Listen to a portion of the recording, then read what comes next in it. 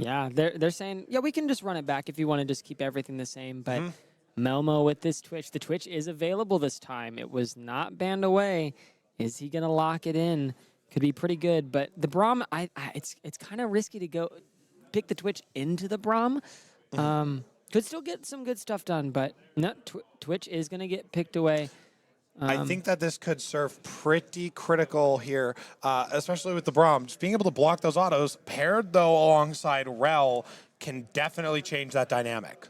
Ziggs needs to be banned. Oh, 1,000%. Unless maybe unless NDS. Oh, but yeah, there it is. The Poppy, Poppy. aforementioned. Right, called And it. yeah, definitely Ziggs needs to be banned now. They have Jarvan, they have Rel, they have all of those clump abilities with the Twitch as well.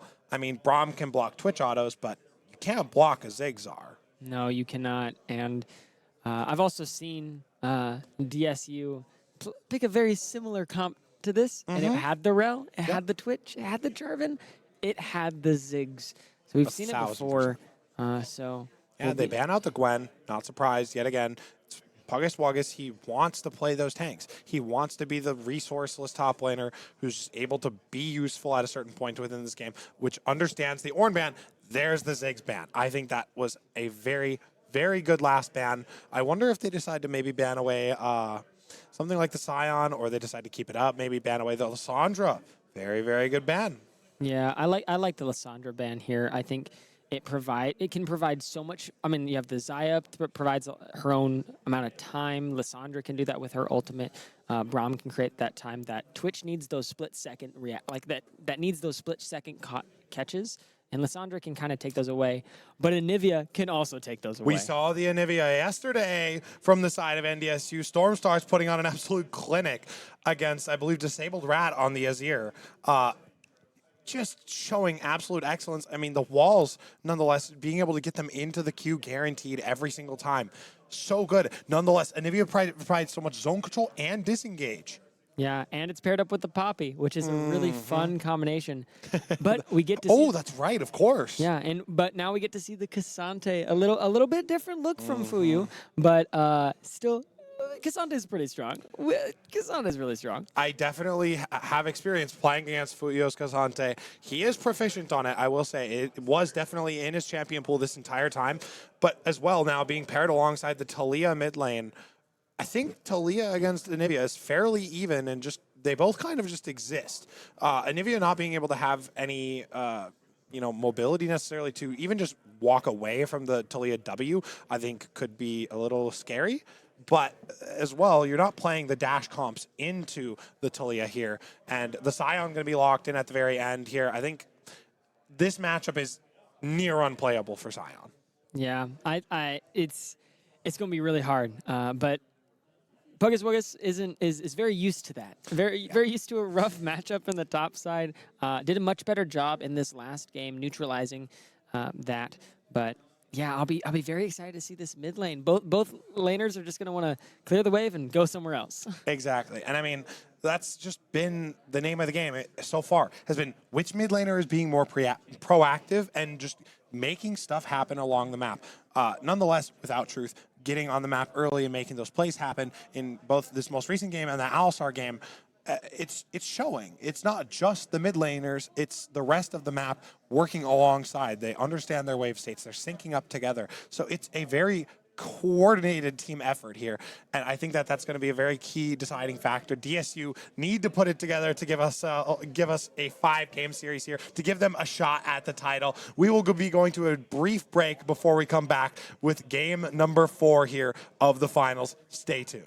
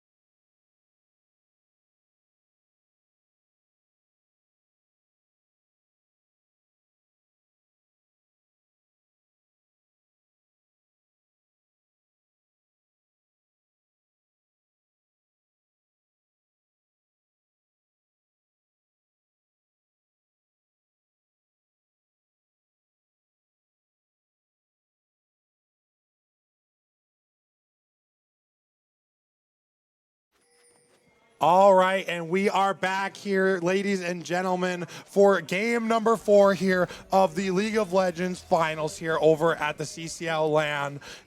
It's match point here. NDSU up, DSU switching the sides up. I mean, they've got a really, really crazy draft on both sides. NDSU looking very heavily favored here. They're going to go ahead and stack up. We get to see the side of NDSU just taking the nice 5-point, keeping it easy, keeping it simple. DSU trying to find some kind of a creative pathway back into the series. Yeah, I mean, DSU kind of hoping that someone might overextend here, but I mean, it's been a 5-point every single time. No one's been invading, so no action going to be happening in this level 1 once again, but we've always seen so much action in this series so far. Tenkize going to clear out that ward on Raptors. Going to be very useful. Unfortunate that Fuyo recalled there, as well as Crimson Samurai walked towards the top side. While Tenkize actually started the sweeper and was able to actually get out that ward, they were not able to get that extra little bit of experience that could have provided the solo lanes a really critical amount of just extra pressure, getting that early trade, chunking out. You know, Stormstars has the electrocute. Crimson Samurai has the first strike. If they can get that extra damage because they have the level 2 advantage on the first wave, I think that could have been huge and potentially a missed opportunity. We'll have to see. It could become something completely minor and nothing of importance. I really like this ward from NDSU towards this Krugs because this Jarvan could do this exact same thing that happened last game, but now they'll know if that's what happens. I love that. That's so smart. Yeah, and I'm almost positive that with that ward, you can actually see Jarvan, or at least you can see the Krugs being aggroed. You might not necessarily spot Jarvan specifically, but you can see that the camp is being started. So they know where Jarvan is, and they can assume that he started the red buff, and then is, just made his way down. So that means Puggus Wuggus is completely safe. The wave pushing into him is totally fine, unless he takes such bad trades that he is able, within lethal range for a dive.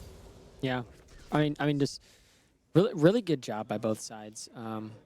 But Jarvan actually wrapping back around, avoiding that ward. I don't know if this is really smart. I don't know if they knew that ward was there, but doesn't matter because they're here. Honestly, I don't even know if this is going to necessarily turn out the best here. Chaos Theory just getting autoed away. Just going to go ahead and get Ghost Flash away with the Braum passive going on to King Walker here.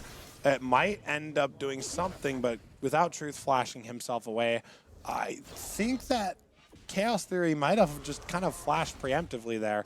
The Jarvan actually had already missed his combo by the time, and then Chaos Theory actually flashed afterwards. Yeah, that I don't know. Wait, Jarvan's still here. Flag and drag comboing back in. The double flashes from the bot lane of DSU. That's going to be first blood going on to Melmo here. This Twitch is online. He doesn't care about Braum Shield. He's just going to get him anyway. Absolutely. Yeah, I mean, that was a little odd. I mean, the Jarvan combo missing in the way that it did was a little odd. I think it was the Q and then the E.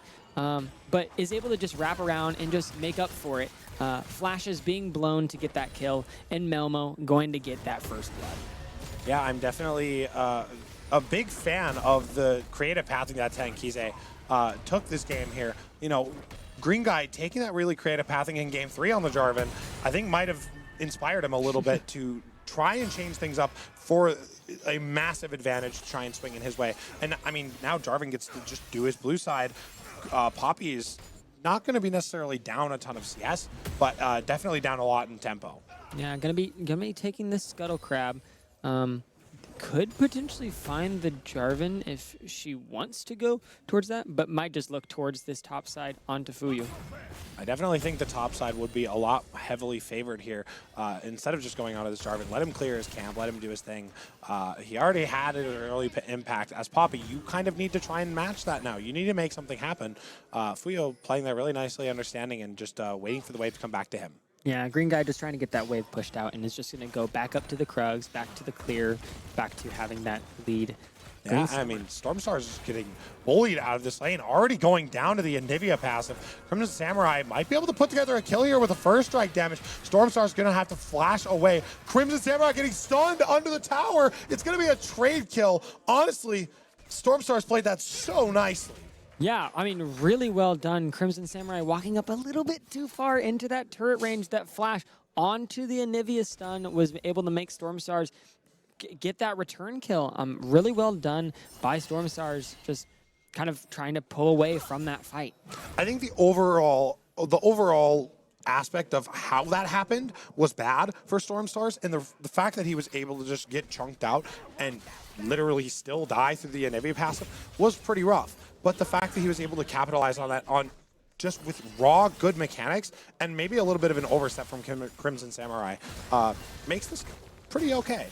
Yeah, I mean, I think the big thing was the overstep from Crimson Samurai. It was a little bit too far, but we are going to get the first dragon over here for DSU. But we could have a pretty early game scuffle with Anivia and Poppy coming down. Yeah, Poppy is making her way. Now DSU is found on this Drake here. They are starting it, but I mean, DSU is taking their recalls. They're going to play it safe, and DSU with the early Mountain Dragon. It is going to be an Ocean Dragon coming up next here. So I wonder what the Hex Tag or what the Soul will be. Maybe I gave it away by accident, just on a complete obvious misstep of words here. Hextech Soul would be kind of insane. Yeah, don't give away the script. They can't know yet. They can't know about the 5 game. I mean the series yet. Sorry, that slipped out. Slip of the tongue. Yeah. But yeah, no, really well done by DSU. I think the big thing was Crimson Samurai getting that prio mid lane, forcing Stormstars to come back and making it so that, okay, we can't fight this, just reset, it'll be fine. Yeah, I mean, Green Guy trying to get something done in the bot lane here. Melmo and King Walker having that early bot lane priority there right before Green Guy actually walked down is the only thing that dissuaded that gank from actually working out pretty well. If the wave was just a little bit further away from the tower and hadn't quite crashed yet, I think the volume of NDSU could have easily collapsed. Green Guy could have flashed onto Melmo. I mean, he has no flash at this very moment, so I think he's just biding his time, waiting for the right moment here in this bot lane. Very patient from Green Guy in this series, especially given yesterday. Yeah, he's been I feel like he's been super patient up until right now. Oh, and here we go, on to Melmo. Not able to connect into the wall, so the cleanse is being burned for nothing. Green Guy gonna go ahead and take a ton of damage, though, without Truth trying to keep him alive. But this Expunge plus Ignite picks up the kill for King Walker. DSU picking up that extra little kill. It's gonna be just more gold into this Twitch's pocket. It's not working out here for the bot lane of NDSU this game. Yeah, King Walker getting that knock up onto Green Guy, making 2 turret shots onto Green Guy was super big for Melmo and was able to get just enough damage for, I guess, King Walker to pick up the kill, but for Melmo to get another advantage. Yeah, I mean, August is still navigating this matchup pretty well. I mean, this is a very difficult matchup typically for the Scion, as he just gets bullied through the entire lane phase like this. Grass procs get farmed from the Cassante, and then eventually he gets to the point where he can just perma-knock you up with the Iceborne Gauntlet and just having the extra slows from approach velocity. You're never going to be able to get away from him, and he's just going to continually knock you up. And I mean, with that extra priority, Fuyo able to help Tankize take that early Rift Herald, going to be able to snowball this game pretty well. Yeah, DSU looking much better into this game. I really like the change-up that they've put into this draft and their game plan. Tankize really putting in a lot more work than the previous games, I think. I think that has a much better showing this game. Yeah, and maybe it's just the matchup specifically from Green Guy. Maybe he's just not necessarily as familiar with the Poppy as he hasn't played it yet this LAN. Or maybe it's just Tankize really understanding his champion very well and piloting it to a T here in game number 4 here when back is against the wall. Yeah, Fuyu and Puggus Wuggus just trading up in this top side, just kind of slugging it out, you know. You love the classic 2 people in the top side just... Oh, and Jarvan went in with the Cataclysm. Chaos Theory have to flash away.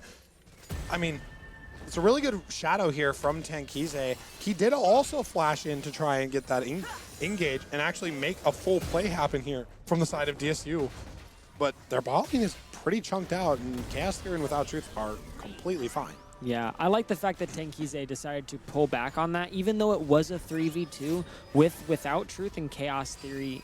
Having the Xayah and the Braum, Twitch is not going to be able to follow up on any damage, and the Xayah can kind of avoid all the engage from the Rel and the pullback of those feathers is going to be brutal. Honestly, they probably win the 2v3. And look at that. Zaya is pushing the wave. They don't have... DSU has no vision on that bot side. And Without Truth and Green Guy are sitting, waiting for the bot lane to show between the towers as Chaos Theory crashes the wave. He's going to walk up as they're coming in. The Braum ultimate comes down. It's going to be the Rel stop the ground. Absolutely massive chain CC. The stun going over to Without Truth. The flash Q going onto Melmo. Going to go ahead and force the flash out of him as well. He doesn't have cleanse either, so that could have been really risky. The flash there from Melmo, very good, and just understanding of what he needs to do. Tankize now in the flank here. Green Guy pretty low though, so the play overall really, really good. And amazing setup there, the synergy between this jungle support. Yeah, phenomenal setup. We went on a little bit more discipline. Without Truth should not have gotten that kill. I think that Rel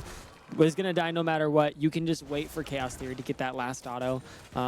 But still, the setup was phenomenal.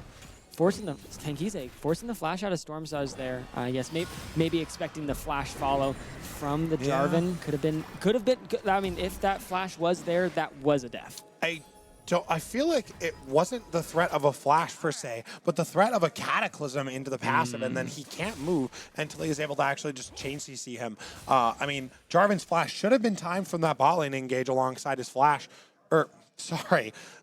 alongside the Cataclysm, but the Cataclysm obviously being a much lower cooldown is going to be available much quicker. Jarvan now with that flash burned mid lane has the bot lane priority. That wave is shoved under the tower. They're going to go ahead and take this Ocean Dragon as well. We're going to get to see the soul for the map. If it is a Hextech Dragon, it's going to be kind of insane. But the NDSU maybe not trying to give it up without a fight. The Green Guy going over the wall, flash going to Melmo. The cleanse is going to be burned here. He's going to get himself out to safety, get a free hitting onto the backline. Green Guy going down, Tankize onto Green Guy. And it's going to be the trade here. King Walker falling as well. Chaos there with a double kill. TP in from Fuyo, though. He's going to have the abduct here into the bot lane. He's going to go ahead and take him down. Talia picking up the kill onto Chaos Theory.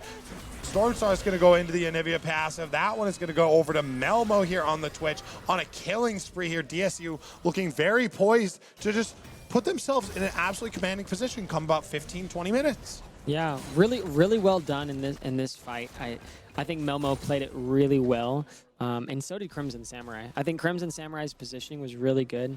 You saw Green Guy hop over the wall and kind of stun up that Twitch. The reaction to cleanse it was really good, but Crimson Samurai putting in a lot of work, dealing some damage and getting some kills.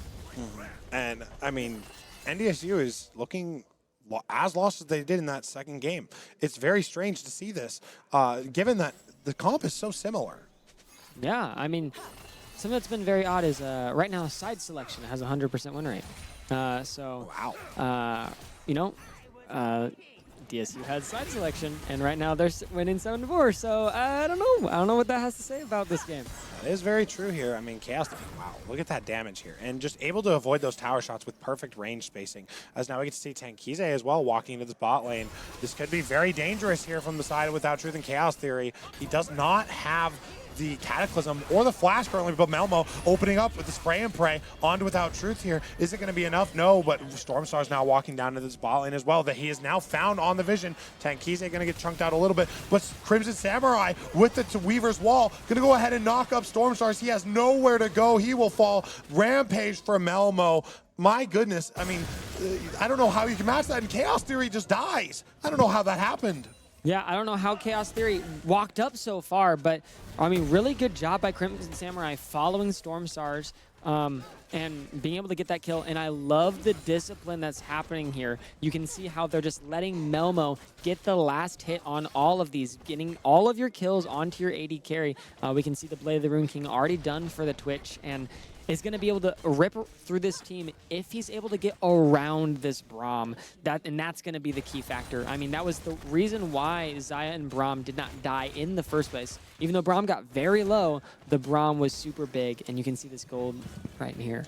I also think that the Talia specifically, with the Weaver's Wall, allows him to kind of navigate the matchup specifically against Stormstars, not per se against any specific champion, but just the fact that Stormstars is constantly the first to move, it allows Crimson Samurai to kind of have that extra surplus of movement to get across the map at a similar, if not a faster time. Yeah, and he can get those movements and still get the farm. I mean, you can see this gold lead. He is up almost, 1.5K almost. Putting in so much work. Melmo and Crimson Samurai just ahead in gold, getting a really solid lead for DSU. Yeah, and we get to see Tankize now hovering up into the top side. We have Crimson Samurai going into the bot lane, so we're going to go ahead and try and get a 1-3-1 here from DSU, as now Stormstars matching that extra, that side lane priority. Puggus Wuggus having to just walk away from his tier 1 tower. That's a Rift Herald going down. That's definitely going to fall. If not, maybe onto the tier 2 here. NDSU has to act. Yeah, are they going to be able to get more? Could they get more than 2 charges here? Are they looking for more? Or just let the Rift charge one time and then back off?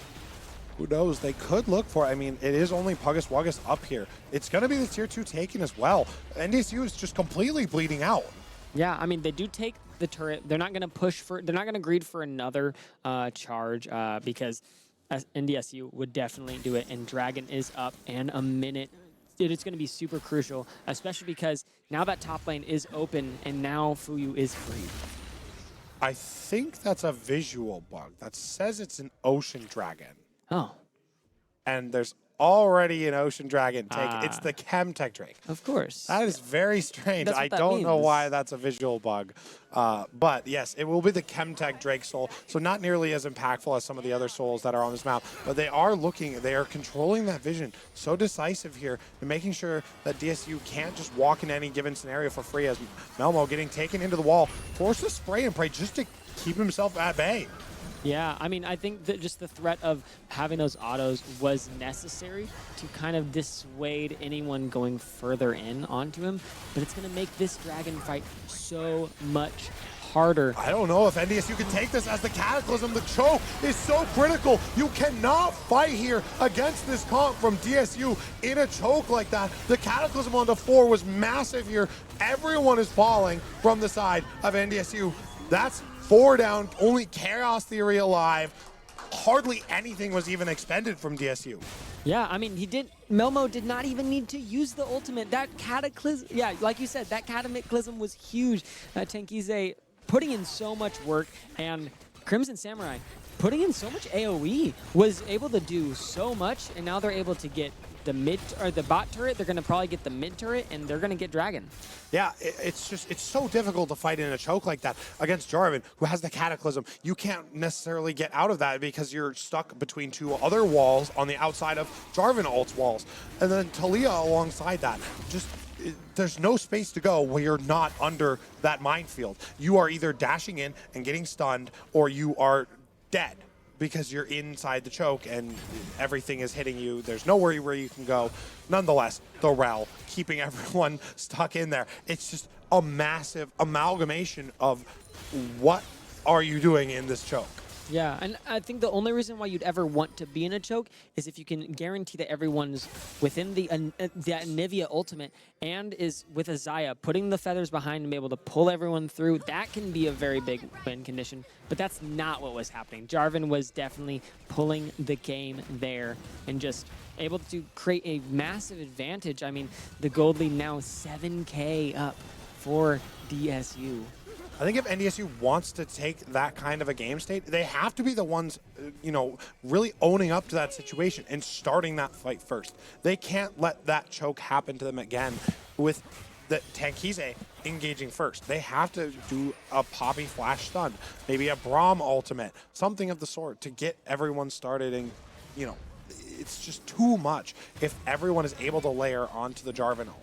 Yeah, and I think something that's going to make that very difficult is how much better Melmo is positioning in this game. I mean, that was something that was a criticism in this and last game and the first game was his positioning. But he's playing this much better, and he's 6-0. He's putting in so much work, and he's not dying. Yeah, I mean, he has a 600 gold bounty, so anything is possible. I wouldn't put it past, but it's looking extremely dire. I mean, now Twitch is going to have the extreme range advantage with the ultimate. He's going to be able to just shred through the tanks regardless. It's not looking good. Xayah's going to have a hard time to hit. Nobody's going to really be able to get onto the backline because of Talia. And I just don't see a way back into this game minus a miracle for NDSU. Yeah. Stormstar is able to get the stun out, but Crimson Samurai just doing so much damage. And nonetheless, Crimson Samurai up 2 levels. Oh, wow, I didn't know. Oh, my gosh, has been putting in so much work. I mean, being able to clear the waves and go in.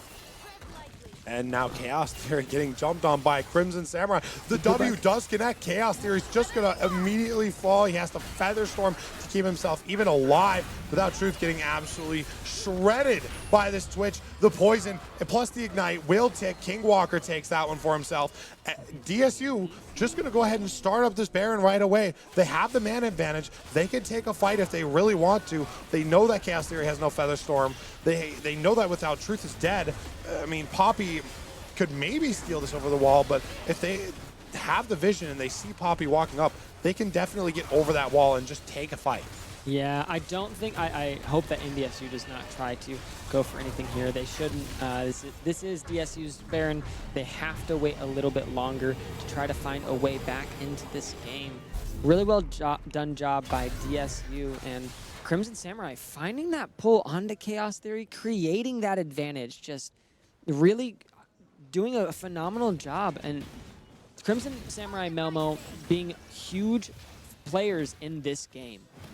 Yeah, I mean, I think the onus of just this Talia champion in this game is massive implications for if DSU is able to win this. I think having the Ziggs specifically needing to be banned, having potentially the Talia having to be banned, it's going to be so much when you're already banning Swain. You've dropped the Yone ban now. They can maybe look towards that. It's so many resources that you're allocating that then the rest of their team is able to just free pick. Are you going to have to ban the Twitch? Are you going to have to drop the Sivir ban potentially? It's just so much implications. And nonetheless, I mean, you can see Crimson Samurai is not, he's able to just stay mechanically sound on this champion too. Yeah, and not only that, he's also able to stay financially sound on this champion. He is up 3K gold from this Anivia, is so far ahead. And I think that goes into that roaming thing that we were talking about earlier. He's able to push those waves out and then use the Weaver's Wall to get somewhere else super fast. And Stormstars, being that proactive mid laner that he is trying to roam with Crimson Samurai and just can't keep up with him. Nonetheless, it is a Dragon Soul spawning in 16 seconds. Puggus Wuggus now trying to just get the engage onto Fuyo. He's going to use the ultimate to try and get himself out. The Unstoppable will not work here. He is going to actually be stopped, and he is going to fall to Chaos Theory in the end. They're going to just pick up that kill. Fuyo a little bit overextended, but a lot of resources allocated. That's 2 towers going down as well. They're going to go ahead and start up this Dragon Soul. Yeah, really good job by DSU, recognizing that Fuyu is pulling so many resources away. NDSU is trying to push so many resources towards Fuyu, so they take the mid tower, they take the bot tower, and they take the dragon. They're taking everything, and they have soul. Yeah, I mean, NDSU, like I said so many times, bar a miracle. I don't know what they can do per se in this game. Braum can maybe do some work if they're able to position him super well away from the carries and allow him to eat the damage from Melmo. But the problem is, Crimson Samurai, you have to try and kite out this Talia damage somehow. I don't know how they're going to be able to do that. Maybe Puggus Wuggus has to really stand in that front line and just force him away and eat that damage. But the thing is, he's not very tanky for Crimson Samurai to kill. He has a lot of flat pen, but he has no MR. Yeah, it's not looking good for NDSU. This is a rough game. Again, like you're kind of talking about next game. That might be something that you might want to start thinking about now.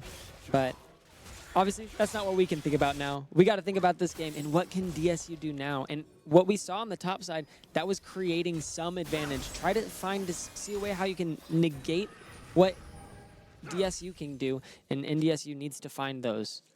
And now Melmo, about 2.5 items. Talia getting towards her third here. It has a Medjai's in her inventory. This is confidence being exuded.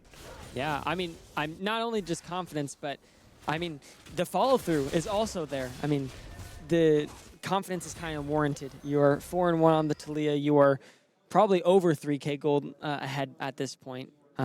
You can keep pushing this advantage and hopefully close out the game here pretty soon. I don't think Talia has had a single threat on her in any of these team fights. Yeah. Oh my gosh, 4K gold ahead at this point. Oh my goodness. What's been surprising is not too much has happened in the past couple minutes. Everyone's kind of just waiting for something to happen. There's no objectives up. We're just going to push out waves and wait, I guess. NDSU, they like that. I mean, but the thing is, with the objective timers the way they are, Baron spawns in a minute 30. That buff lasts, I believe, 2 full minutes at the very least, maybe 3. And that will guide you over into the Elder Dragon spawning. If they have the Baron, they have all the waves synced up. It's just Elder Dragon for free for DSU. And how do you deal with Elder Dragon when everyone is already so strong? Yeah, Chaos Theory probably wanting to finish that third item before that fight happens is going to be very crucial if they want to have a chance at anything.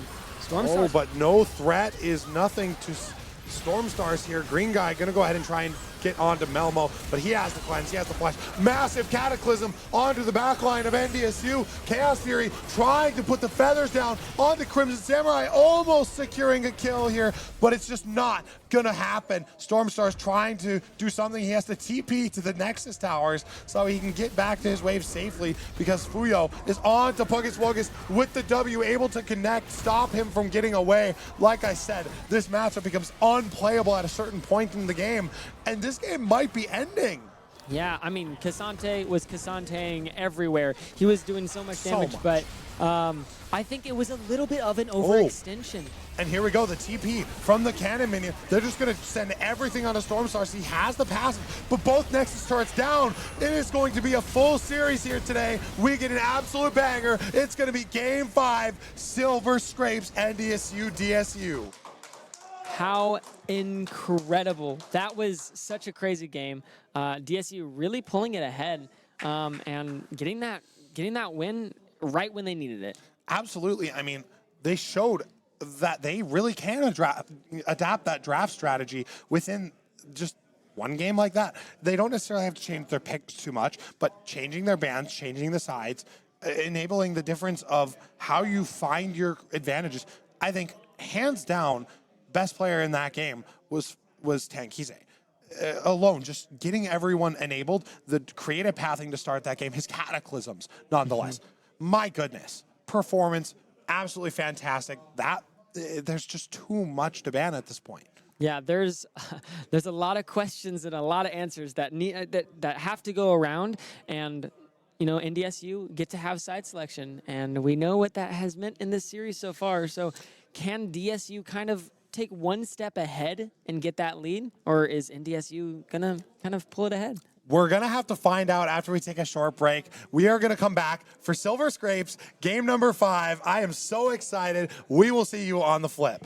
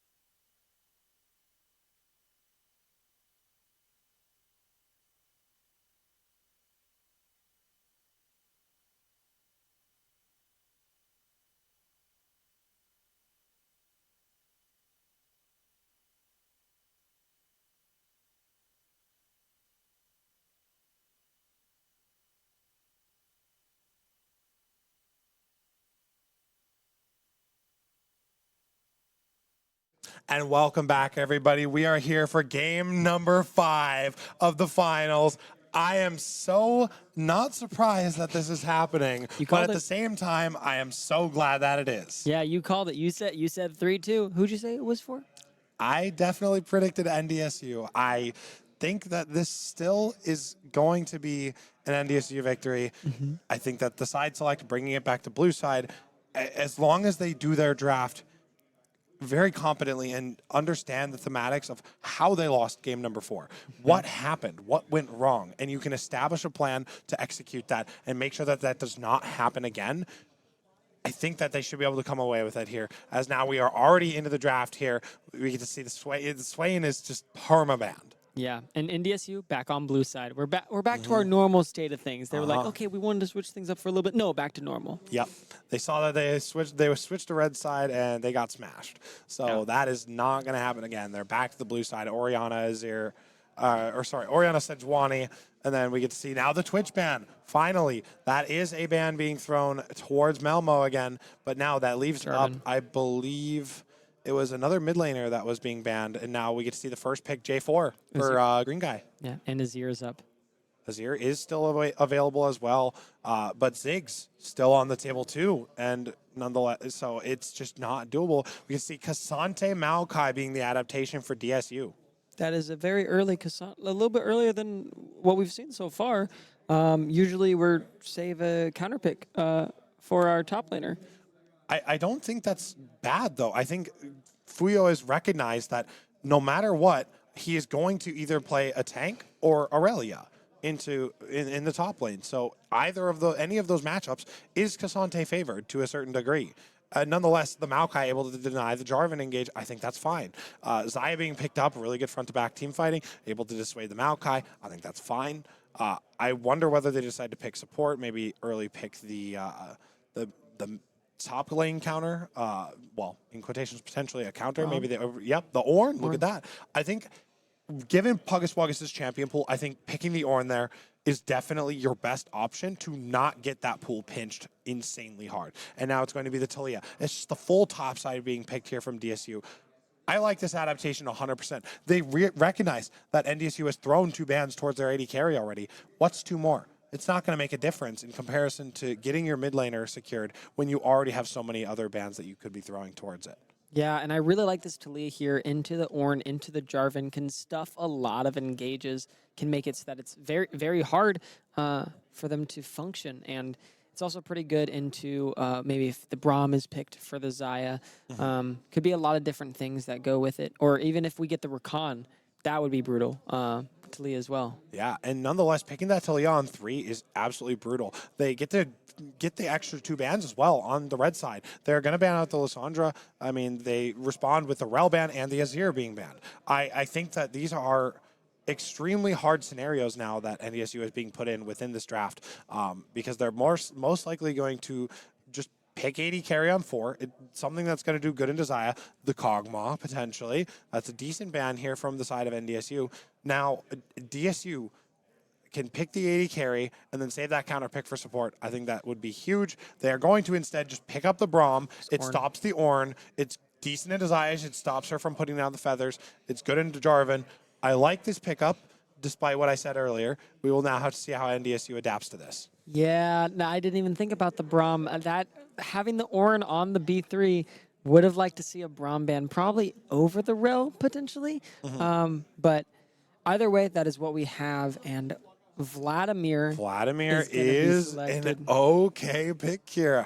I haven't seen much of it from Storm Stars, but I know that he does play it. This could be absolutely devastating. Elise being hovered. There is no way that this is actually real.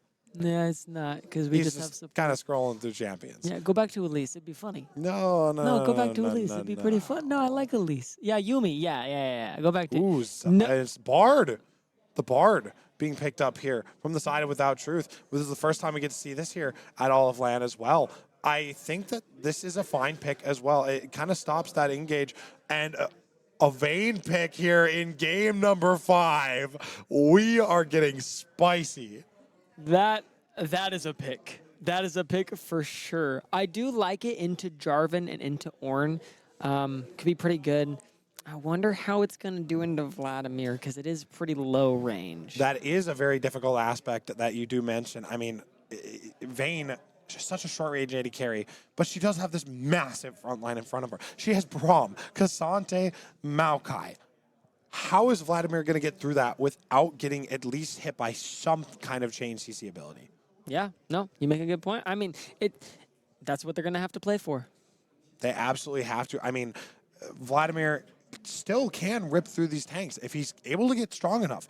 Or maybe he decides, I know that some Vladimirs do take Conquer and are able to just kind of play that sustained long DPS fight and then just eventually just take it, run with it, and then they're able to get onto the back line. How Stormstars pilots this Vladimir is going to be the determining factor of this game, I feel. Any other thoughts before we get into a break here, before we get into game number 5? No, I'm just very excited to see what these teams are going to do with this. It's game 5. We got a banger series that we got to watch so far. Well, we are not going to miss much here. We will go to a short break to wait for the spectator delay, and we will be right back here to deliver the pinnacle of League of Legends here at CCL. Stay tuned.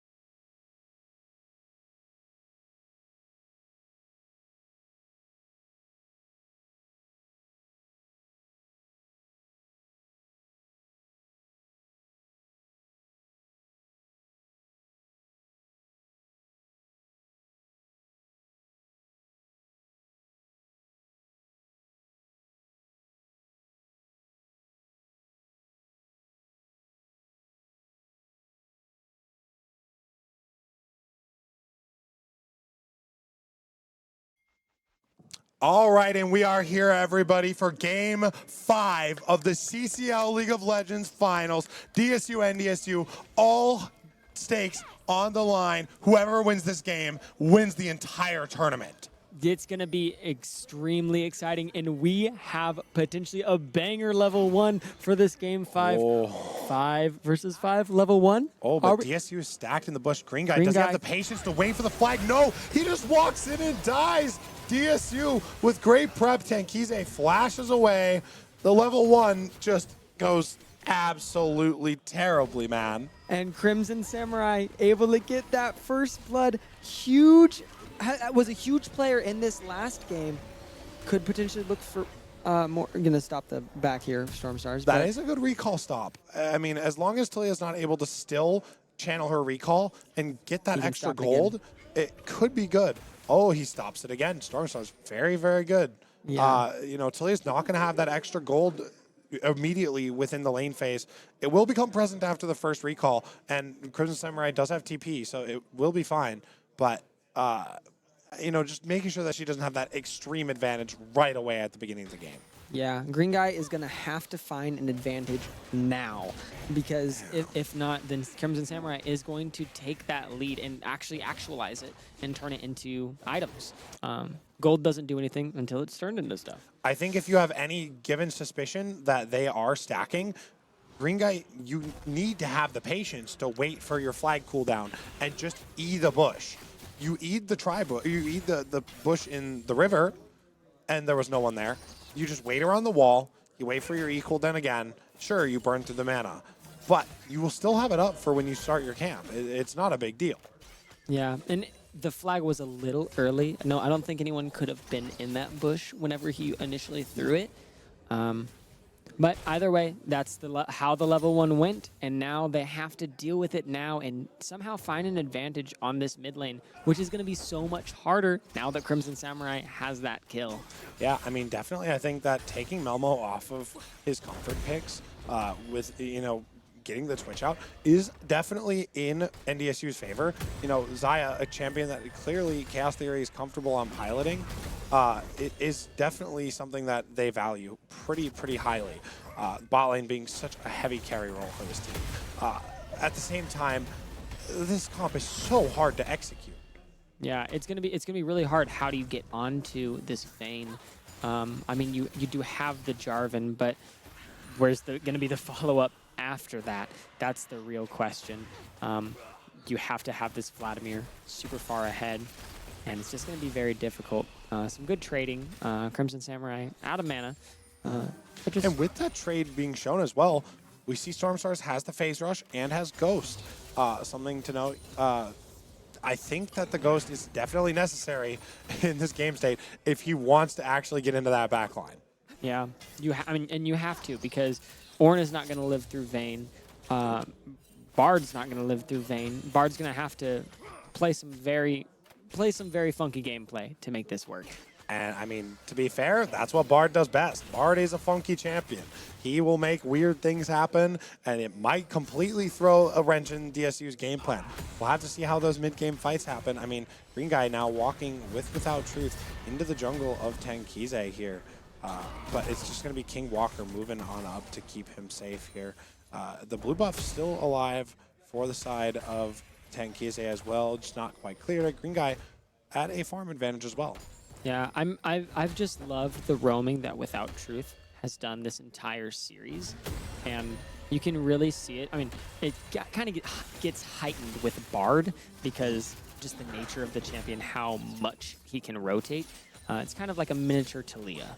Yeah, and maybe the angle with picking Bard here specifically is not per se just with what he can do within a team fight or within this bot lane, but actually what he can do outside of the bot lane. You know, Bard loves to roam. That's his entire playstyle, is collect those meeps, make the roam plays, and create advantages on the rest of the map while you let your AD carry weak side. I mean, Xayah's should never solo die to Vayne Braum. Yeah, absolutely not. That will not happen. I usually am like hesitant to like saying stuff like that. That will not happen. That is so difficult to do.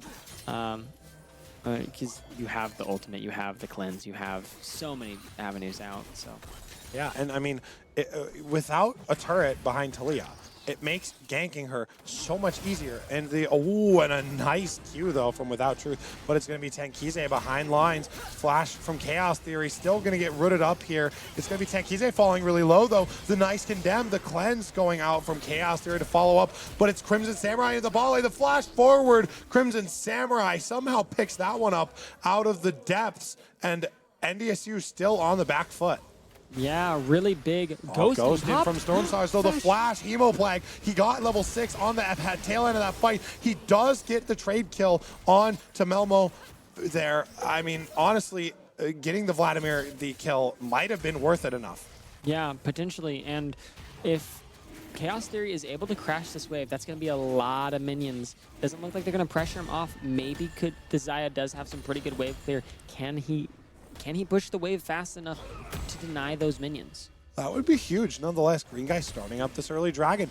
We've also seen within this entire series, Dragon control has seemingly been a massive advantage for any team who is able to establish it. Yeah, the Dragon stacking. Usually it's the team that is Dragon stack. Not in every game. I think it was game 2 it was game. No, Game 2, both teams had 3 Drakes. Yeah, game 2 was the one time where it was super close, and we'll see what happened with that because NDSU does get the first Dragon. Yeah, I mean, as well, the top lane matchup still pretty rough here, but Puggaswog is piloting it extremely well. He's only down 4 CS. The mid lane matchup still going just fine, other than the fact that Crimson Samurai has that extra bit of gold on top of him from roaming down to that bot play. Again, it's just the Taliyah being able to inject herself into this bot lane so much faster than Stormstars, despite Stormstars having the first move. Yeah. One thing that's been super interesting is Puggaswog has been performing so much better on this matchup than he has any other time. I mean, you can see his CS. He's not behind in CS. I mean, yeah, he's actually going to be ahead after he collects this wave. So really good improvement by him throughout this series. Ooh. But something that's been very apparent in every game except the third one, that this game is not about the top lane. It's about the mid lane. Green Guy now going in on to Melmo here, but the Braum passive just going to stun him up, and he takes a massive chunk of damage there. The Bard Portal is a creative way to try and gank this bot lane if they ever do decide to push up, but I just don't see how you can ever guarantee yourself a kill. Yeah, it's going to be really hard. I mean, Braum is super safe, and Vayne has the tumble. You have so many ways, and you can see the Braum shield is going to be able to make it completely nullify the Bard Q. Really well done by King Walker. Yeah, and I think the main difference, not just specifically with, maybe not specifically with the Taliyah, but Crimson Samurai identifying that he just needs to be looking for opportunities more often. He's just walking into the side lane, like the side of his lane, whether he actually decides to move or not. It is not the question here, as NDSU is looking for a Bard Portal into mid lane, but they don't know that they were on a ward. Yeah, that's not exactly what I want to see. And if you had that, the Taliyah E on the ground whenever she knocks back the Bard there, honestly, she probably gets another kill. I think he could have had the reaction time to drop the E and the W at the same time. I mean, you know where they're going to go. So, I mean, it's definitely doable. Fuyo trading pretty big onto Puggaswog as the ultimate comes down. He's going to go ahead and just take the nice chunk of damage, try and push in that wave, maybe getting a solo kill here with the knockback coming in again. Fuyo going aggressive. He has the knockback again. Is it going to be enough? No, Puggaswog is still just trying to farm under the tower. The all-out is ending here. I think diving in Ornn is just not a good idea, though. And not exactly what you want to do, especially with the ult ending. Without Truth is back again, though, into the mid lane. That's the tower shot, as you said. There he is. He's just falling. Puggaswog now going to go ahead and get dove in the top lane as well. Score 1-5. This is looking dire already. A 3K gold lead at 10 minutes. Yeah, this is exactly what you want to see out of DSU. DSU, I mean, they're playing for this.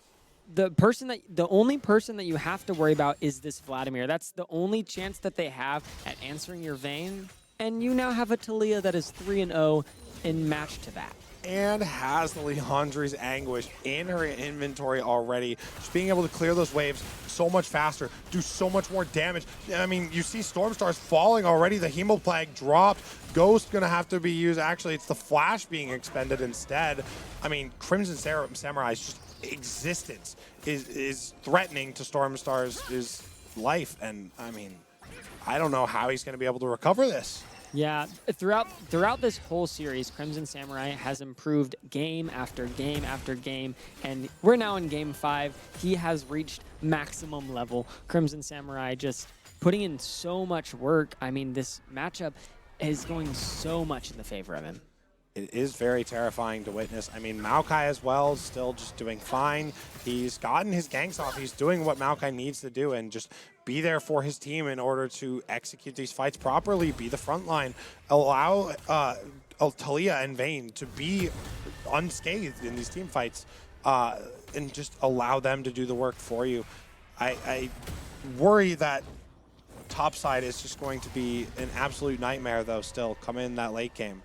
Yeah, I mean, that has been a very common trend throughout this game. Fuyu has been putting in so much work throughout this entire series. I mean, that is probably the largest gap in all of the lanes. I mean, Puggus Wuggus is kind of just put on this neutralize objective. You know, like his job is just to kind of survive throughout the game, which, and you know, has won them 2 games. So it's definitely part of their plan. Right now in this game, though, definitely not going to be a way into a win, though. We still need to determine, though, I mean, it is an Ocean Dragon here now on the map. It looks like it is going to be started up here by DSU as Green Guy going ahead and going to get comboed up, but the Tempered Fate onto 2 in the back line does not make a difference. Crimson Samurai on a rampage. Tankize does fall to Chaos Theory, but into the back line goes Storm Stars, not able to get enough flash away from Chaos Theory. Melmo trying to go in with the Midnight Hour. Going to go ahead and take away the side of NDSU. They're going to secure this Drake here as long as nothing crazy goes awry. Red team does take that Ocean Dragon for themselves. It's going to be an Infernal Soul game 5. Yeah, absolutely phenomenal job by DSU capitalizing on some overextension. But really good Bard ult from Without Truth. Not able to do too much, but I mean, it's what you want to see. Was able to get the Crimson Samurai in that and was able to give time for this Vladimir to get around into this backline. But you need more time for this Vladimir to kind of level up, and Crimson Samurai is already there. The lead just feels so incredibly insurmountable, despite the actuality of the situation, which is it might still be very easy to claw back. It's the difference within the dynamics of all of these team fights. It's completely game warping. I mean, having the Talia dissuading the Jarvan, the Braum to dissuade the Ornn from ever walking away from his lane, but yet he still has to match the Cassante. And nonetheless, Cassante could just decide to join the fight or split push. He has free reign to do whatever he wants. The Xayah has to play picture perfectly around this Talia if she is ever on the same screen.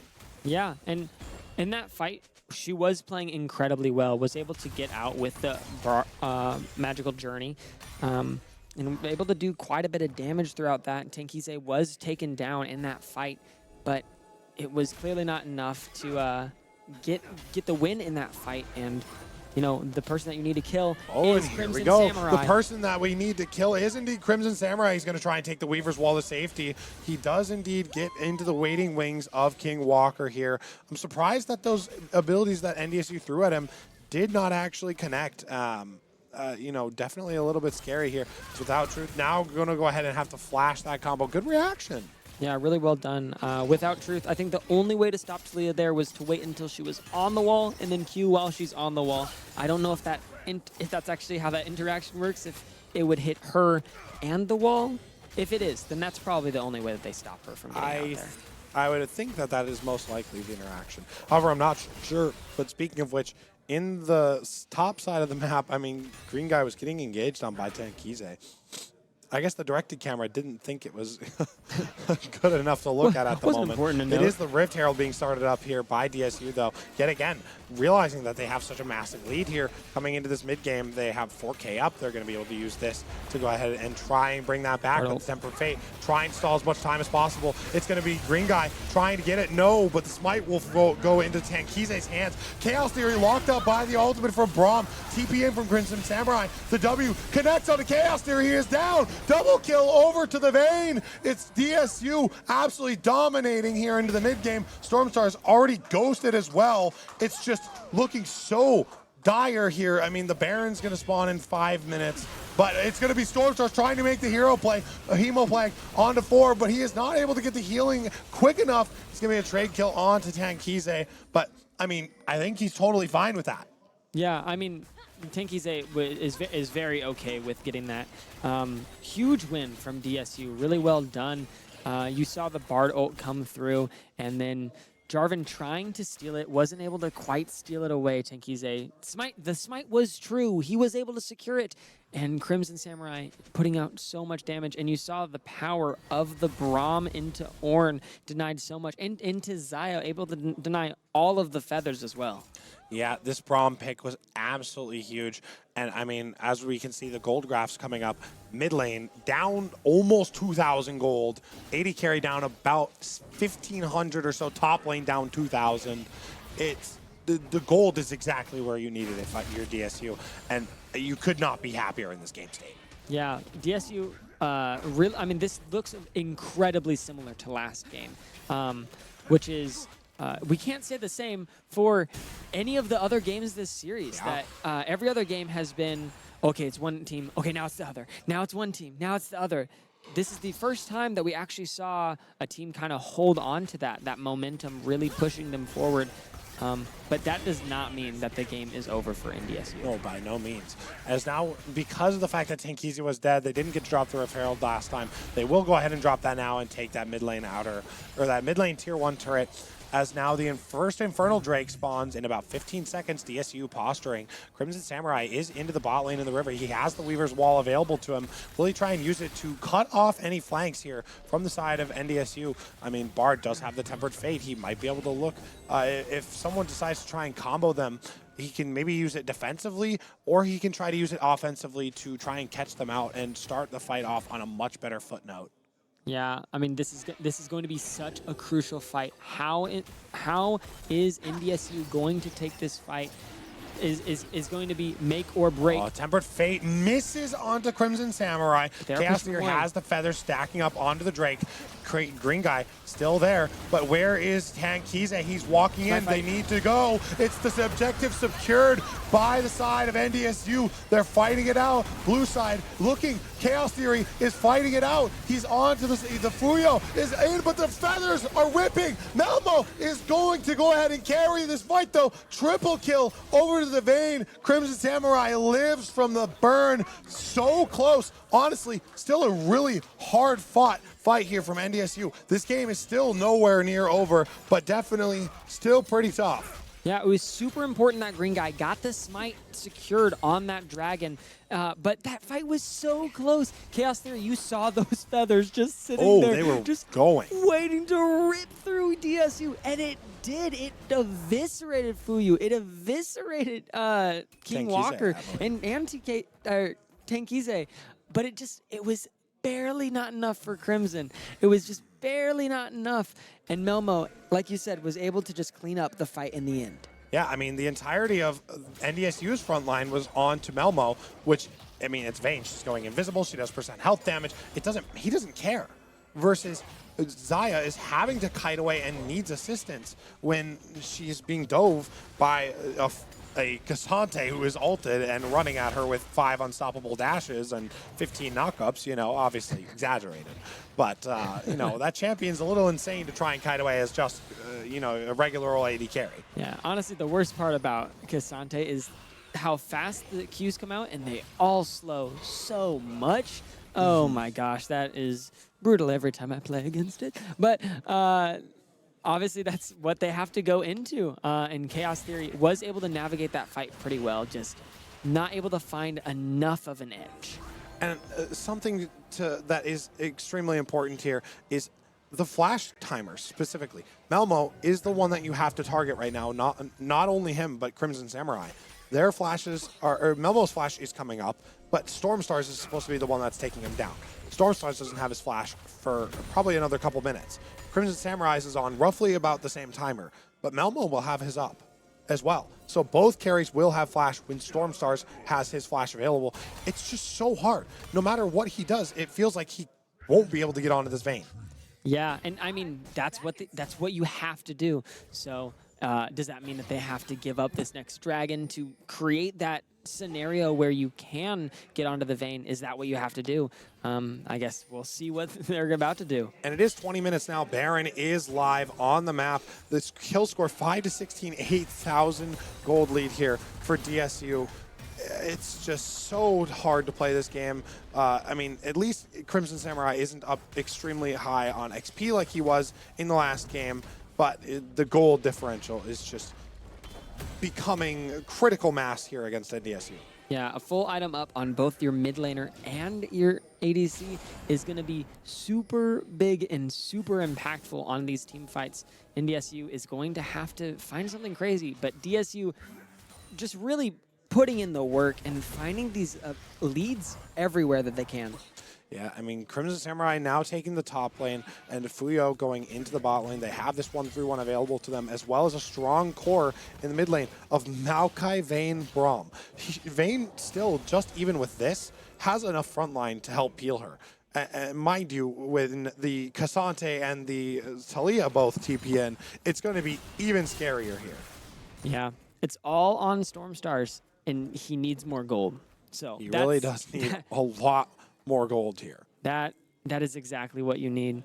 Oh, it looks like they're trying to force onto the Talia here. The teleport coming out from Fuyo, but it's the shutdown from the Talia going on to Stormstars. Fuyo TPing in. He's going to go ahead and try and get in there, but Green Guy's combo is going to go ahead and get nullified. Bilbo flashing in onto the back line, ghosting in. He will actually not connect with Stormstars. That's still 2 kills, though. DSU starts the Baron. Yeah, I think Melmo probably could have chased, but instead chooses to go for the Baron, just sees where the advantage is, and it's like, okay, we don't need to go for extra stuff. We have the Baron. That is, if I go to the Baron, we get the Baron. If I go to Vlad, maybe he walks away in time. But really good job by putting some gold onto Vladimir. It was just, I don't think they recognized how many people were going to be showing up after the fact, and probably not worth it in the end. And something to note, they could have actually waited maybe 1 second longer and given Talia this Baron buff. Oh, the jungler was dead. No one was around. I think they should have waited. Yeah, it probably does not end up, it probably won't end up mattering too much, I would assume. But yes, 100% you would like everyone to have Baron buff. You know, just having that option is nice. And here we go. We are at the Infernal Drake here. This is 2-1 Dragon scores. Crimson Samurai uses the Weaver's Wall, dives into the entirety of the team. It is cutting everyone off from NDSU. Stormstars is on the flank here, but Melmo left absolutely untouched here. He didn't even get hit by the Hemoplank. He's diving onto Stormstars. The stopwatch going down. Puggus Wuggus getting hit up. It's going to be the Tempered Fate onto the backline members, but Chaos Series already chunked out. Tekize flashing in. The W goes down, and DSU 5-0 here. The Drake goes into their pockets. It's a 12K gold lead. They have the Baron buff. They're going in. It's looking potentially like a rush down to the Nexus. Yeah, I think they're going to at least take the inhib and probably rotate out. Talia is going to go towards this top side, so that'll be good. Wow, what an insane fight. That Talia wall was so much earlier than I was expecting it to come from, and it caught me off guard. It looked like it caught NDSU off guard. It completely cut off everyone, and Melmo, like you said, just putting in so much damage and just untouched. Stormstars not able to do enough. No, and that's that massive front line. Doing all of that work. Stormstars had the perfect flank, but it just doesn't matter. He's not in range. He cannot walk past Maokai, Cassante, and Braum to get through without flash or some other kind of item, maybe like a Banshee's Veil. And he does not have that kind of gold yet. Nonetheless, he needs the damage. Yeah, and Braum, I mean, even through all of that, the Braum wall did not come up in time for the Ornar. The Ornar still went through everyone, and DSU still able to come up on top. Yeah, I mean, Stormstars is hitting level 14. He has now 2 items on the Vladimir, but, I mean, Crimson Samurai closing in on Death Cap here. I mean, the Vayne, Melmo, has Wit's End looking to go towards, I'm assuming, probably a Randuin's Omen here, just trying to build as tanky as possible. So even if she does get engaged on, it won't matter. She's too tanky. She lives through it. She has the W resistances gained from Braum if he decides to do that. He has all the damage being blocked through the front line. And even if you do get onto her, good luck trying to kill her on your own. Yeah, I mean, it's going to be very difficult, and Melmo has been playing these fights incredibly well as well. Really improving from those first 3 games, having some iffy positioning has really fixed that and almost entirely. Has been playing phenomenal in the last 2 games, and Crimson Samurai on the Talia has been eviscerating Storm Stars. Yeah, I mean, we get to see Storm Stars now picking up the Blighting Jewel, which is very smart. You know, he sees the Wit's End coming through, and he sees some magic resist coming in from other members. You have to buy a Void Staff. It does not matter. I mean, Vladimir is reliant on, like, a lot of just raw AP to be able to do the burst damage that he needs to, but it won't matter if she has, like, 175 MR, and your combo then does no damage.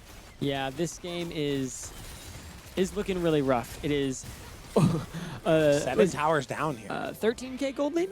Yeah, that's pretty big. That's pretty big. I think DSU is feeling pretty comfortable, especially 13K gold lead with a Vayne.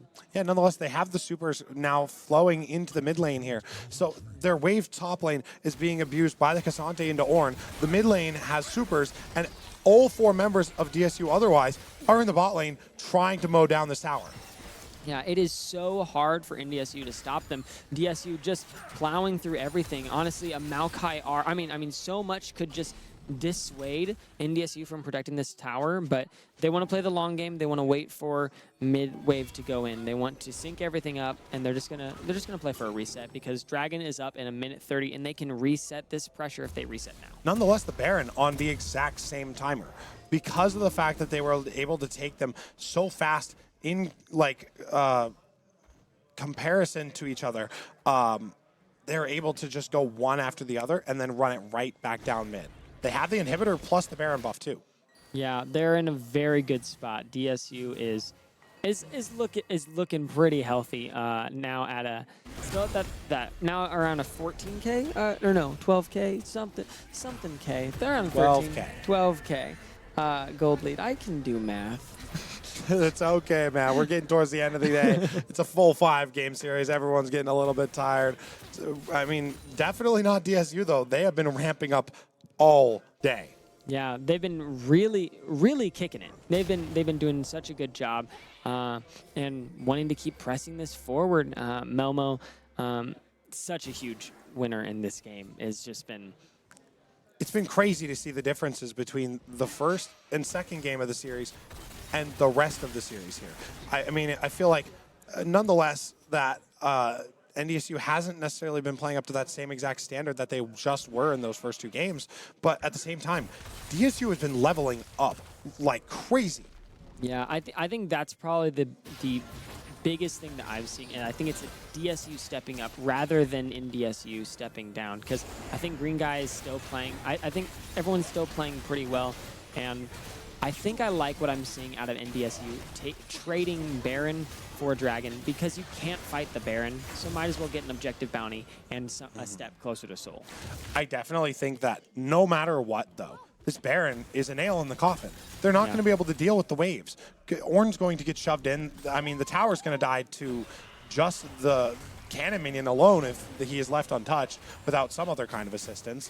Nonetheless, they have the inhibitor down. They could just all run through mid and just start running down these towers. Chaos Theory isn't even in the base yet. He's channeling his recall, but that's mid inhibitor gone now again. They're going to have Baron buffed super minions coming in through mid lane. This game is nearing its end. Critical mass being achieved, as said earlier. It is raining hellfire down upon NDSU.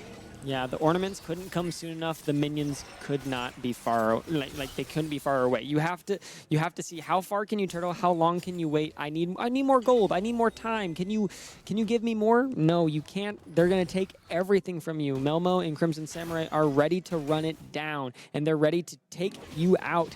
And there's nothing you can really do about it. I mean, Green Guy. Oh my god, just taking that is one Talia Q. And he is already half HP. And now the Tempered Fate, Crimson Samurai able to dodge out on it. Chaos Theory tagged up by the Braum Q. Fuyo gonna go ahead and take down that bot lane, or that top lane turret here with those with the cannon minion Baron buffed up. I mean, what can they do? They are at an absolute impasse here. They have the bot lane now shoving up. Melmo is looking absolutely massive here trying to hit on these turrets. Yeah, I think that Tempered Fate was a little bit early. Wouldn't have had, even if it did hit, it wouldn't have had the follow-up from anyone. And this is about to be the final push. The final push coming in. The Ornalt is going to go down. King Walker has the shield available, but he's going to go ahead and use that onto the other side. Storm Stars trying to defend their base. The dreams of NDSU are being defended, but Melmo is ripping and shredding through them. DSU on home turf will take the CCL League of Legends finals here, and they will win it all. Wow, how amazing that was! That was incredible. That was really well done by DSU. Yeah, I mean, from the start, like we said, NDSU came out swinging, and they came out swinging again in game 3. It was neck and neck, and then it just felt like everything collapsed under them. Everything fell apart. It felt like finally DSU flipped the switch and were like, oh, we get it now. They get it. Oh, we're better. I forgot about that. And then they just ran over the last 2 games. Yeah. It was really interesting to see the dynamics and how it shifted. Nonetheless, the DSU changing blue side, I think that game gave them so much just mental momentum going in. Yeah. It doesn't matter if you necessarily are down. As long as you win that game going into it, you know that you still have, as if this is a 0-0 series, and you just won an extremely convincing game. You have watched NDSU play their cards right in front of you. You have an open, you're looking at an open hand. You know what you need to do. You have everything in front of you. Yeah, and that's what happens when you get to a game 5. Kind of everything is on the table, and it's just they had a better hand. They just figured it out. Exactly, and I mean, props to NDSU still putting on an amazing series. Like, this is everything I could have asked for, regardless of who actually wins the series. Showing the fight and showing the determination through an entire best of 5 is absolute dedication to the game, to the sport, to the tournament nonetheless. Is being able to be here for that long, having this much thought and effort put into it is absolutely fantastic, and that is the love of esports. Absolutely. It was such a blast. This was the perfect way to end it all. Yeah, exactly. And nonetheless, we are going to go ahead and try and wrap things up here. That was everything for the League of Legends here for tonight. We're going to go ahead and take a short break here. We will go back to the trophy ceremony just after that, and we will see you guys back here to go ahead and crown the DSU League of Legends champions.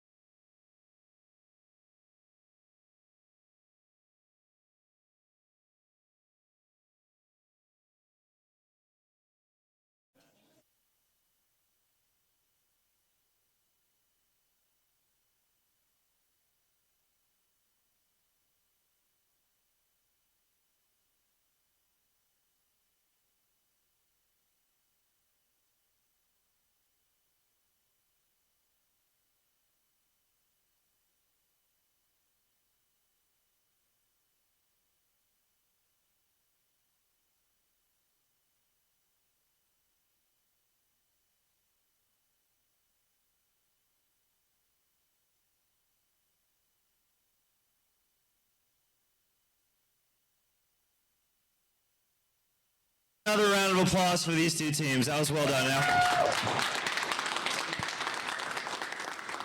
another championship match going the full distance with an NDSU team. Finishing second place, NDSU.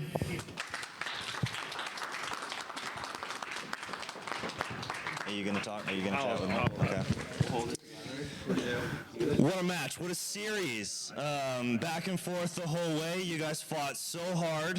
You guys were the favorites coming into this. You guys had an excellent regular season. Tell me a little bit about your journey through this season, finding your strengths, hitting your stride, and then moving into land for the first time, being that 1 seed, coming up here and like really showing out. How does it feel? Yeah, it feels great. I mean, our regular season started off playing DSU, and we barely won that series, and it was a close one. It was a nail-biter that went all 3 games. And I think it's just a great team to come back and see in the grand finals. I'm so proud of our team, though.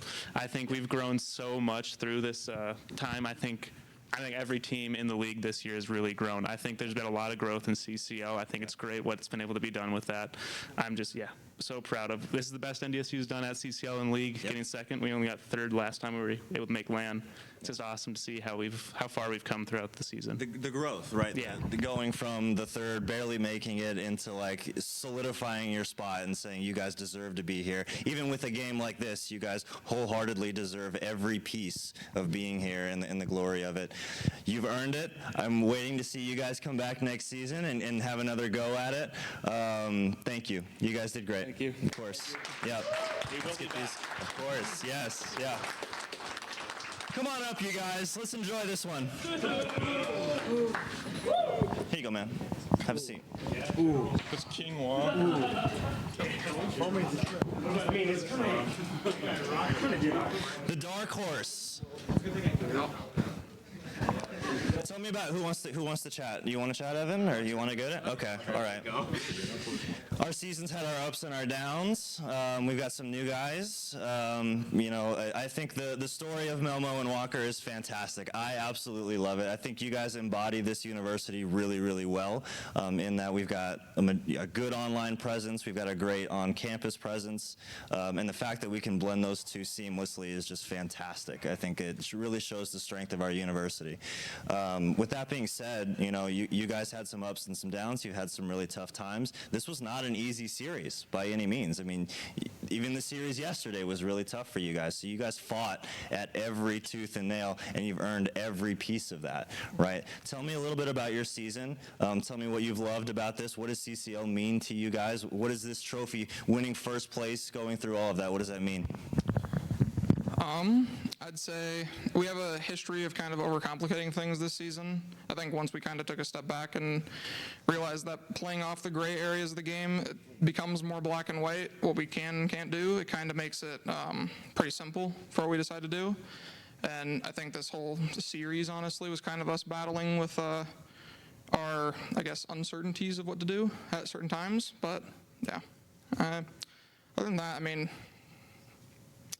I don't know. We got Melmo and Walker, online students. They made the flight over here, made the drive over here, 4.5 hours, helping carry us, Melmo.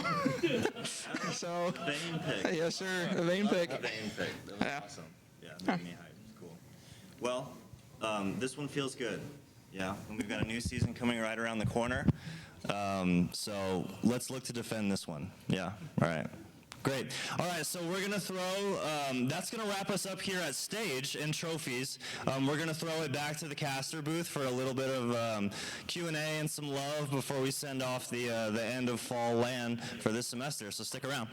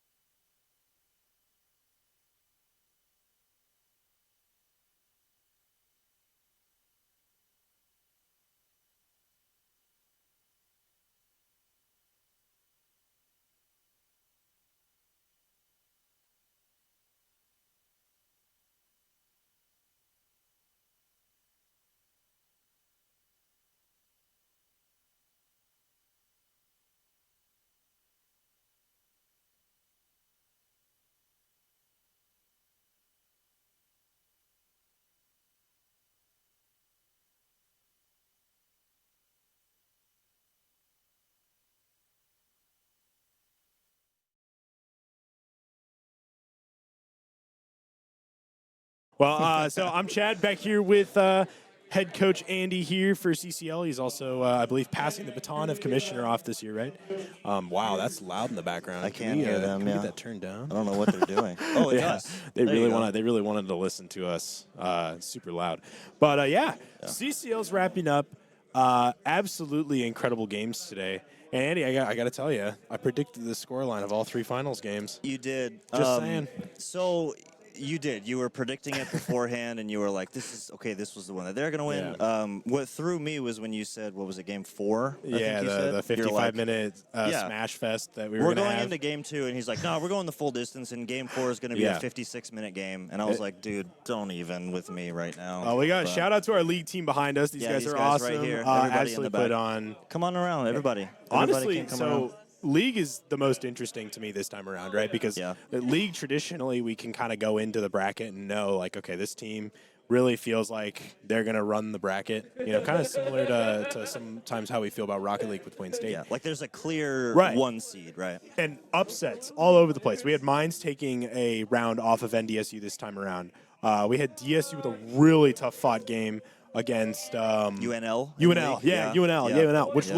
looked amazing. They're the and one then, seed. They were the big dogs. Right? Yeah, And for and us to come after- in 2-0, that was nuts. Right. After game 3, with this most recent set, I mean, I definitely felt in the air people were not. We were feeling it as like, oh, there's some uncertainty going around. You know, Yeah. this DSU guy's going to pick this up, and then absolutely, you know, without a doubt in my mind, I don't know about anybody else's mind, absolutely beautiful performance. Yeah. Well, let's take a walk back to Rocket League quick. Oh, yeah, the other full-length series. Yeah, was nuts. so It was so good. NDSU versus Wayne State. Wayne State traditionally running bracket all the time during the lands for historically CCL. fantastic at Rocket League. Yeah, and unfortunate that their guy couldn't be here today. Matsugachi? Yeah, Yeah. Matsugachi's super influential member of CCL, and what an amazing guy that he is. Yeah. But NDSU came out swinging in game 1. Really kind of dropped the ball for the next 3. Like, you know, kind of working through the mental and all that stuff. Wayne got their foot in a little bit. Yeah. It's almost like that game 1 woke them up. And then they started really showing out. And then the games that Yeah. they won were bangers, right? It's like, all right, they're really starting to assert their dominance. Well, and K-Tool, the leader of that squad, man, Yeah, he without a had doubt. to have given the most delicious speech between Yeah, game whatever 4 it and was. 5 because, man, Yeah. that motivated those guys to perform at their peak. And They did, K-Tool, yeah. who was really quiet early on in that matchup, you know, kind of a guy that you would expect to come out and constantly be just Start like bodying perpetually people. well. Yeah. Yeah. He's kind of, you know, back in the score a little bit in the first couple of matchups that they had that they were finding success in. Yep. And then boom. Game 6 and 7, it was all about K-Tool. It was, yeah. Absolute MVP He was all of that over the matchup. place. He Yeah, was saving, he was amazing. scoring, he was doing it all. Oh, 100%. And then he's, Valorant. He's a senior, so Yeah. I love that he finally got his trophy. As Oh, senior. I know. It seems to be a reoccurring theme in CCL. You come in, your team may not be great starting out, right? Yeah. But if your program can persist, if you guys stay together, if you learn, if you continue to grow, by the time you hit there, when you hit that deserving mark, it's yours. I know It's that I yours can for the definitely taking. relate to that. You know, being with the Counter-Strike guys, we've been together since last year. We're all a young team. We'll all be together our senior year. Like being able to grow and the camaraderie of your teammates and whatnot. Yeah. And Special. your opponents too. You get to know your opponents. You get to know the quirks of their gameplay and stuff like Just that. makes it that much better. Yeah, and prepping. I mean, shout out to all the coaches to these colleges for like Yes. doing all of the prep work. This Yeah. CCL felt so much more competitive than our past years Yeah. because these guys are doing hardcore prep. Yeah. Like 100%. They're looking forward to this. Yeah. And they're taking it every inch that is given and Oh, yeah. and everything that this means they understand and they want it. I'm proud. I'm proud of every team in this league for putting their best foot forward. I'm proud of every college for recognizing what we're doing and understanding the importance of it and seeing something like this and saying like, man, this is awesome. Let's come back. Let's do Yeah. it again. Let's get there. We want that, So, and that's what this is all about. That's what No, for CCL is sure. about. It's about building esports and showing the world moments like this. Oh, absolutely. Excellent gameplay. I mean, we had a better series tonight than Worlds did. So, like, I think so. It's yeah, Worlds was a fantastic. It's a blowout. good K1 show. all the way, baby. Yeah, I or mean, T1. I don't even know the names of the T1, teams. on yeah. it. Yeah. I was Some not awake. esports org out of Korea, wow, big surprise there.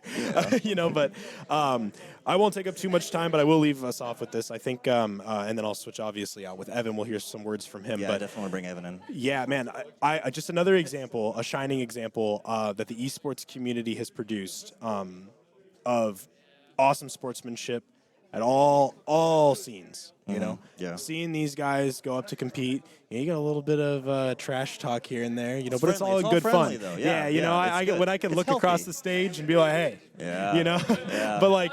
That's all in good fun, and no one ever gets upset about it. That's the Yeah. best part, is these guys are fist bumping each other, high-fiving each other, even after tough matches that may have a lot of emotion involved. Yeah, And that's what's really the important. Valorant match, right? Where it was tough for NDSU. I mean, everyone knows DSU's Valorant squad, right? Oh, and NDSU was happy to be there, and even in those Absolutely. games, smiles on their faces, having fun, Yep. knife fights, like they were Yeah. loving just being in when it. Billy pulls out his knife and it's a 1v5 and the guy's like, all right, let's go. Let's go. You That's know? it.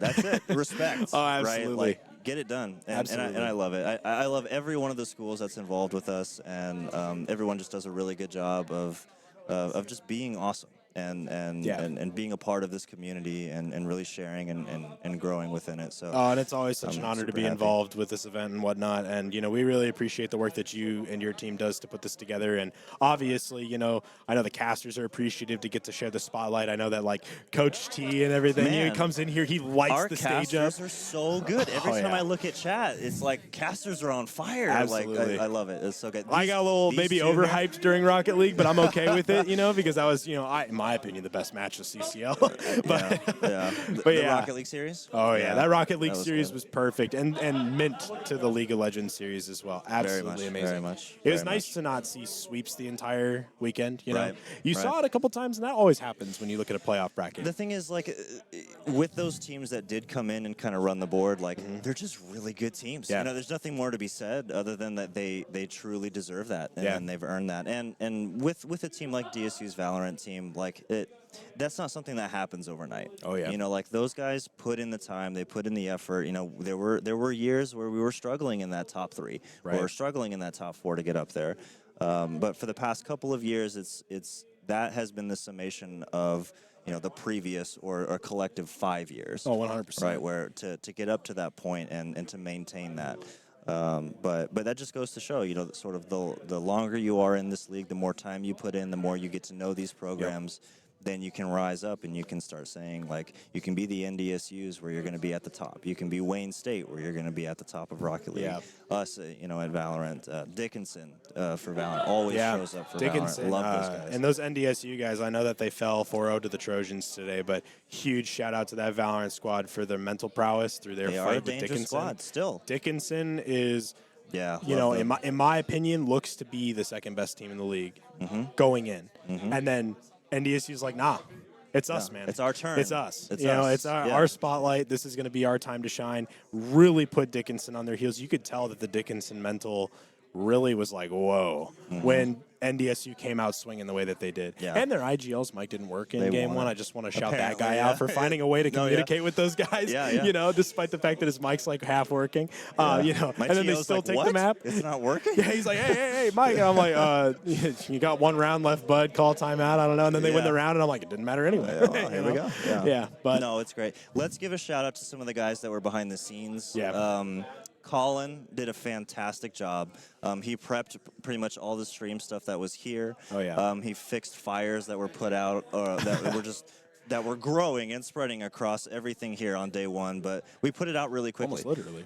Well, Nathan, don't tell me that. Nathan Ord, another one, Absolutely. absolutely an awesome he guy. still- I don't know I if think he's he's still somewhere here, but- around here, but he's back there somewhere. I see him in the You cam. see him.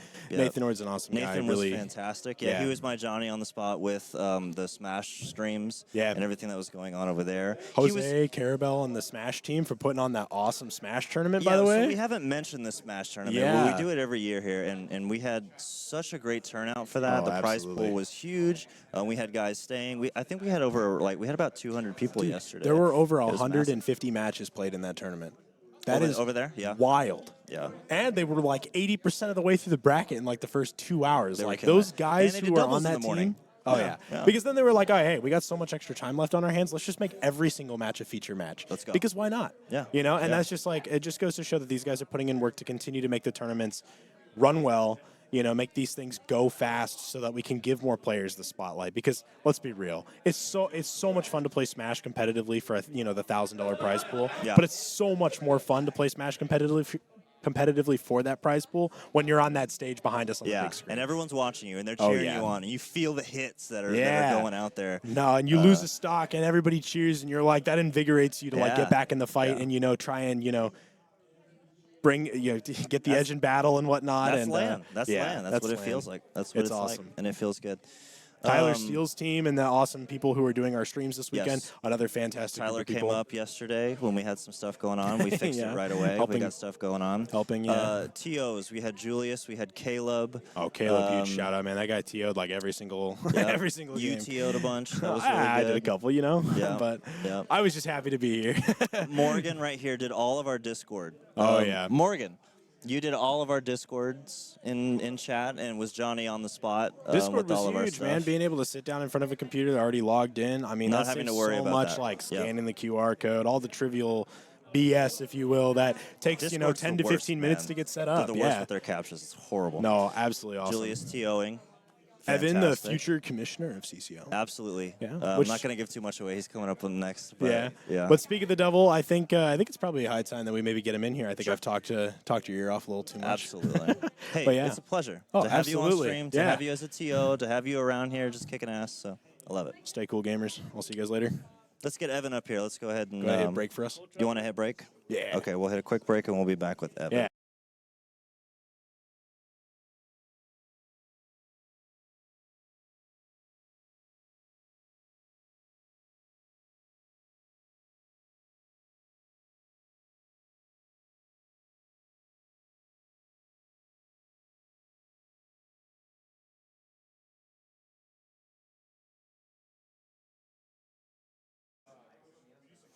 All right, we're back with Evan. Guest surprise. So Evan, this is your first year as commissioner. You kind of came in. You came in almost at the. Yeah, you came in at the beginning. Yeah, we were at the beginning when we did all this stuff. So Give me your thoughts. Give me your initial reactions to. I mean, you were with us for the full season. We created schedule. We created storylines. You got to meet everybody for the first time. Give us a little bit about your initial thoughts and then where you kind of want to go from here. Yeah. So initially, I didn't really know what to think of CCL as a whole because I'd coming in not really knowing about it, but I'm super glad I got this opportunity, and everything's been fantastic. Meeting all the people has been awesome, and just seeing it from the ground up just become this event. Yeah. Besides winning championships for DSU and all that, it's just the community, the fun we had, just the energy in this room. It's all been amazing. It's been super, super cool. Yeah, it's fun. This is one of those events that I think, this one in particular, I'll probably always remember because of how close everything was, about how competitive things are, about how good every one of these teams are. And, it really showed. It showed in all these matches that everyone here really wants it. So that's fun. Being together here at the event is going to be great. We look forward to hosting next fall again. We usually always host in the fall, so we'll come back here in the fall again. But this was, I would say, was a resounding success. I think everyone really loved every piece of it. You did a fantastic job Thank you so much. of getting everyone in the Discord, getting our logistics done, and taking care of. You were Johnny on the spot on Discord, making sure we answered all the questions and stuff like that. So the proceedings of this season, I couldn't be happier with everything that you've been able to do and sort of taking the reins. And I know the future looks bright. I think there's a lot still that can be done with what we're doing here, but we've got something special. That's definitely the way that it feels, and I look forward to continuing that. Yeah, and even with this being a success, like there were so many learning points for me, specifically with organizing this and running this that we'll take into following seasons, and it'll just get better and better. Yeah, for sure. Well, I'm honored to have you. Thank you so much. Not just as the commissioner of CCL, but as the coach of our league team. I can wholeheartedly say that I don't know that we could have done this without you. I think you're an absolute pillar to the League of Legends team. This sort of ragtag group that kind of was just thrown together and was just, was figuring it out. And that was just that, we had about a season to kind of pull these guys together and figure out our new roster. And when you got here is when they really started to hit stride. Yeah. When you really started to study with them and chat with them, and they needed you tonight now more than ever. Yeah. Yeah. That was an excellent series. I think we had an excellent day. We've had an excellent weekend. Yeah. Anything else you wanna give a shout out to Mom or something? Shout out to my family. I'm sure they'll catch the VOD. Sure. And just shout out to everyone that's involved with the CCL, from students here to students who came to cast, like just everyone. This whole event is like on the backbone of volunteers and people who just are here for the passion of it. And we wouldn't be nearly as successful as we are with this without them. Yeah. So thank you so much for that. Huge. Yeah. A great send-off. Thank you so much, Evan. Thank you. We'll take another quick short break, and then we'll come back with Razzle, and we'll close out the day. Perfect.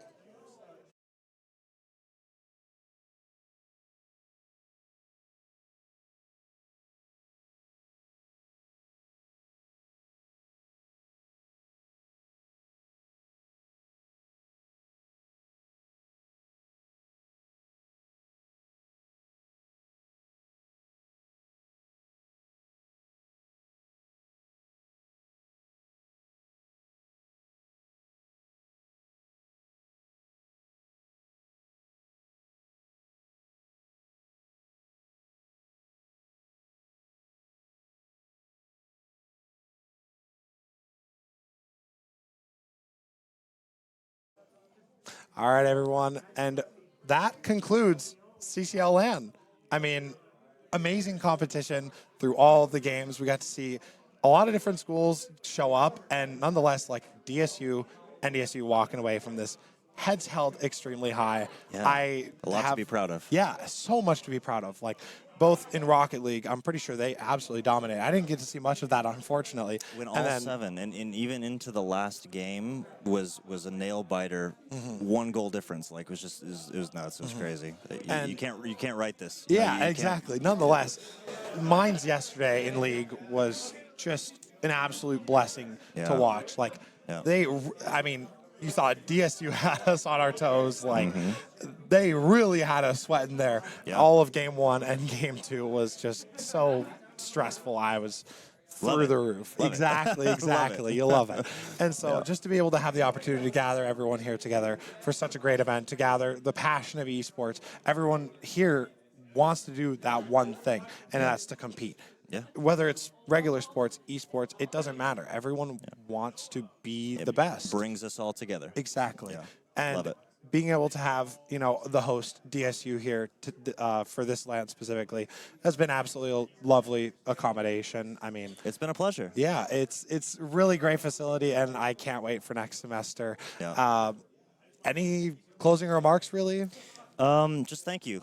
To you especially, I think you did a fantastic job. appreciate Coach T did a great job. Oh, I yeah. loved the game that you two casted. That was so good. It was so good. You guys really make what we do just that much more enjoyable, and just really puts us over the top. So thank you to you and all of our casters. Like Evan said a minute ago, this event is built on the backbone of volunteers and people who are passionate and want to be here and want to make this happen. You touched on that too. So, and that's why we do it. That's why we're here, and that's we love what we do, and we have fun with it, and we look forward to getting next season kicking back up. Yeah, and I mean, I would assume that it's going to kick up not too much longer after, Christmas break ends. Yep. I am so excited to You will see hear what from us. happens next semester. But with that, I believe we are finished here. That is going to be the end of the stream here. We cannot wait to see you guys next semester here for spring CCL. We will see you guys on the flip side. Take care.